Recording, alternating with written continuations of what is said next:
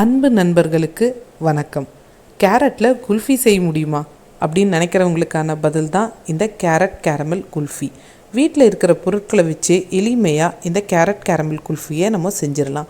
சில குழந்தைங்க கேரட் சாப்பிட்றதுக்கு ரொம்ப அடம் பிடிப்பாங்க. அப்பேற்பட்ட குழந்தைங்கள கூட இந்த கேரட் கேரமல் குல்ஃபியை விரும்பி சாப்பிடுவாங்க. இந்த ரெசிபி செய்கிறதுக்கு கேரமல் தான் ரொம்ப இம்பார்ட்டண்ட். கேரமல்லோடு சேர்த்து இந்த குல்ஃபியை எப்படி செய்கிறது அப்படின்றத வாங்க நம்ம ஷோக்குள்ளே போய் பார்க்கலாம்.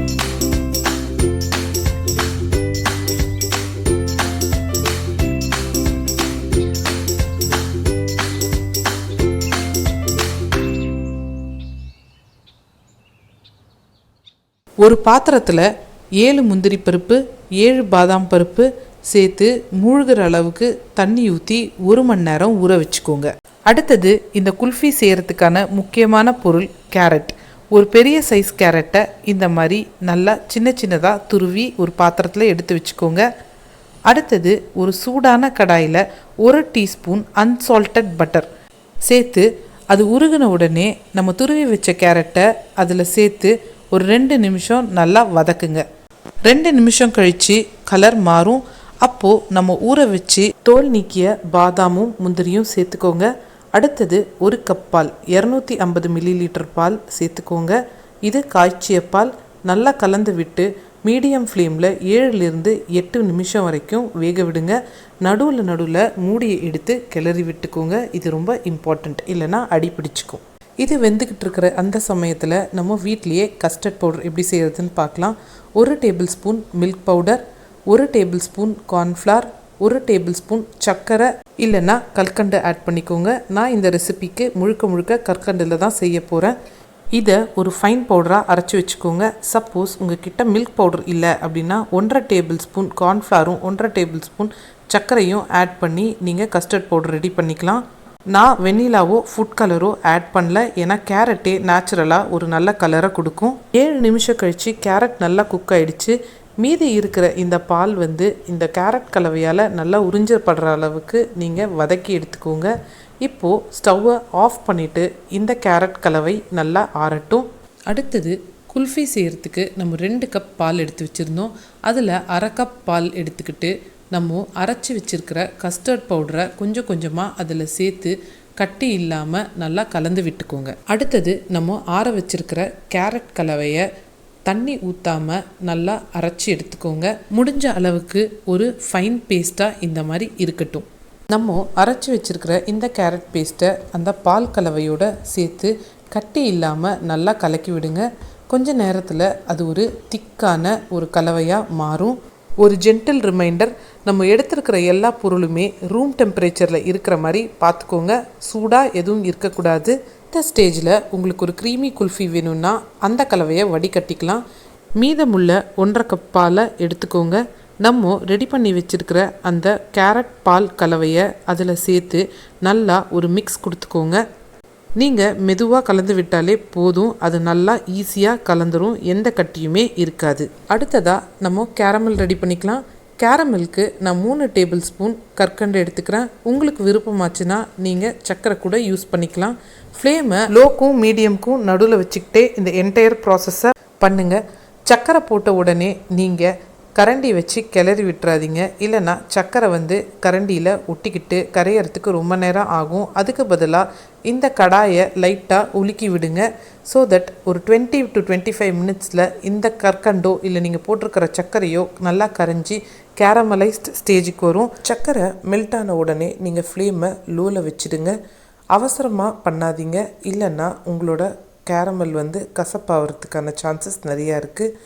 சுகர் கேரமலைஸ் ஆன உடனே ஸ்டவ்வை ஸ்விட்ச் ஆஃப் பண்ணிவிடுங்க. இந்த ஸ்டேஜில் 1 டீஸ்பூன் அன்சால்டட் பட்டர் ஆட் பண்ணி நல்லா மிக்ஸ் பண்ணிக்கோங்க.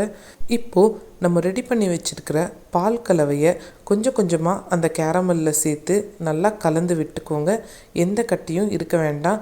கேரமல் ஈஸியாகவே அந்த பால் கலவையில் கரைஞ்சிரும். நல்லா ஞாபகம் வச்சுக்கோங்க, நான் இன்னும் ஸ்டவ்வை ஸ்விட்ச் ஆன் பண்ணலை.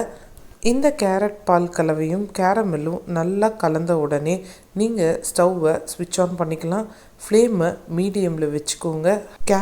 கேரட் பால் கலவையோட நல்லா கலந்துருச்சு.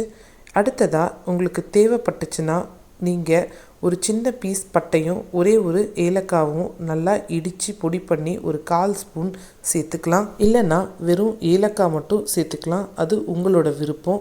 பேனோட ஓரங்களை பார்த்தீங்கன்னா இப்போது பபிள்ஸ் வர ஆரம்பிச்சிருச்சு. இந்த ஸ்டேஜ் ரீச் ஆகிறதுக்கு எனக்கு 5 மினிட்ஸ் ஆச்சு. ஸ்டவ்வை நம்ம ஸ்விட்ச் ஆஃப் பண்ணிவிட்டு இதை ரூம் டெம்பரேச்சருக்கு கொண்டு வரலாம். வேறு ஒரு பாத்திரத்தில் எடுத்துக்கோங்க. கூல் ஆகிறதுக்கு மினிமம் 2 ஹவர்ஸ் ஆகும். அது வரைக்கும் பொறுமையாக வெயிட் பண்ணுங்கள். ரூம் டெம்பரேச்சருக்கு வந்த உடனே அதை நல்லா மிக்ஸ் பண்ணிக்கோங்க. பாருங்கள் எவ்வளோ கெட்டியாக இருக்குதுன்னு. இதை இப்போ ஒரு குல்ஃபி மோல்டுக்கோ இல்லை வேறு ஏதாவது பாத்திரத்துக்கோ மாற்றிக்கலாம். ஆனால் நம்ம ஞாபகம் வச்சுக்க வேண்டியது ஒன்று தான், அதை நல்லா டைட்டாக மூடிடுங்க, இல்லை நடுவில் ஐஸ் ஃபார்ம் ஆகிடும். இதை ஒரு 8லேருந்து 9 மணி நேரம் வரைக்கும் ஃப்ரீஸ் பண்ணுங்கள். அடுத்ததாக நம்ம கேரமலைஸ்ட் வால்நட்ஸ் ரெடி பண்ணிக்கலாம்.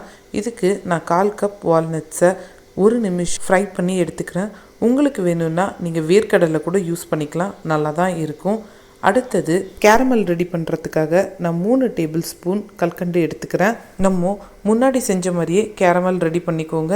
ஸ்டவ்வை ஸ்விட்ச் ஆஃப் பண்ணிவிட்டு 1/2 டீஸ்பூன் அன்சால்டட் பட்டர் ஆட் பண்ணி நல்லா மிக்ஸ் பண்ணிக்கோங்க. ரோஸ்ட் பண்ணியிருக்கிற வால்நட்ஸையும் ஆட் பண்ணிக்கோங்க. இந்த கலவை ரொம்ப கொதிக்க இருக்கும், அதனால் ரொம்ப ஜாக்கிரதையாக ஹேண்டில் பண்ணுங்கள். இதை ஸ்ப்ரெட் பண்ணி ஆற வைக்கிறதுக்கு ஒரு பட்டர் பேப்பரை ரெடியாக பக்கத்துலேயே வச்சுக்கோங்க. இப்போது இதை நம்ம ஸ்ப்ரெட் பண்ணிடலாம். நம்ம எவ்வளோக்கு எவ்வளோ ஃபாஸ்ட்டாக ஸ்ப்ரெட் பண்ண முடியுமோ அவ்வளோக்கு அவ்வளோ ஃபாஸ்ட்டாக இந்த ப்ராசஸை நம்ம செய்யணும்.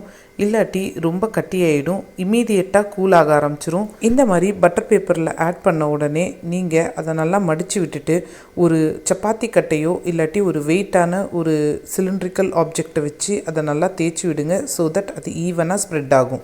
இதை செஞ்சு நான் ஓவர் நைட் ஆற விட்டுட்டேன். இப்போ பாருங்கள் எவ்வளோ ஈஸியாக பட்டர் பேப்பரை விட்டு வெளியே வந்துருச்சுன்னு. நல்லா க்ரன்ச்சியாக இருக்குங்க.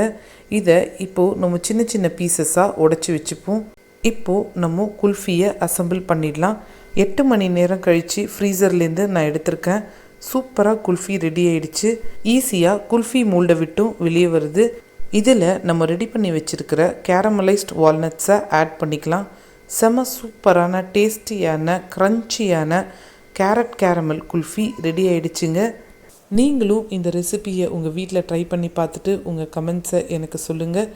மீண்டும் உங்களை வேறு ஒரு சூப்பரான ரெசிபியில் சந்திக்கிறேன். நன்றி.